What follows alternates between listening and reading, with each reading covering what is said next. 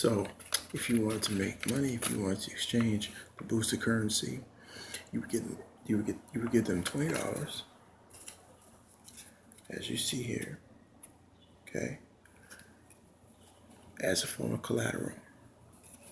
And then after they were done, they would get a receipt that looks like this,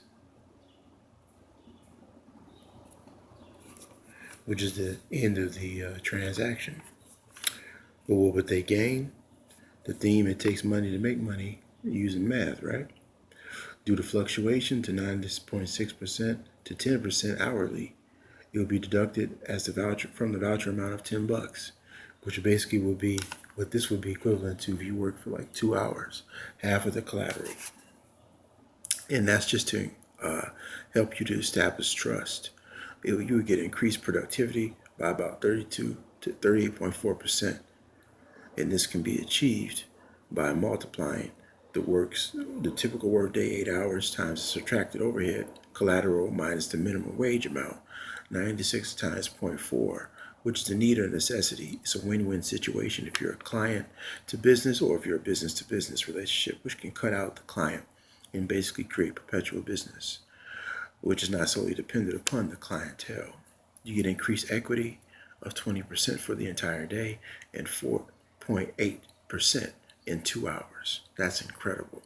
Establish trust, which is the work environment, which is morale. You get better morale, better workers.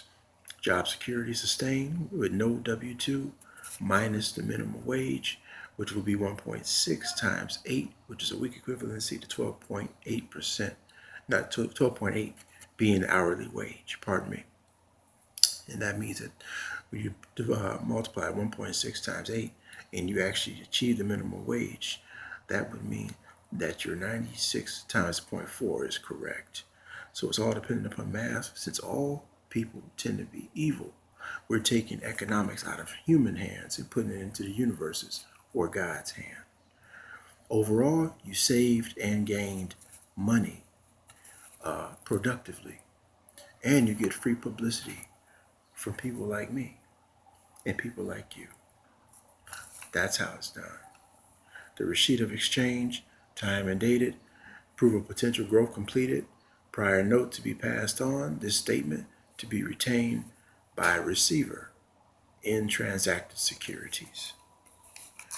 And this looks like this. The back of it looks like this. And this is what the receipt looks like. Again,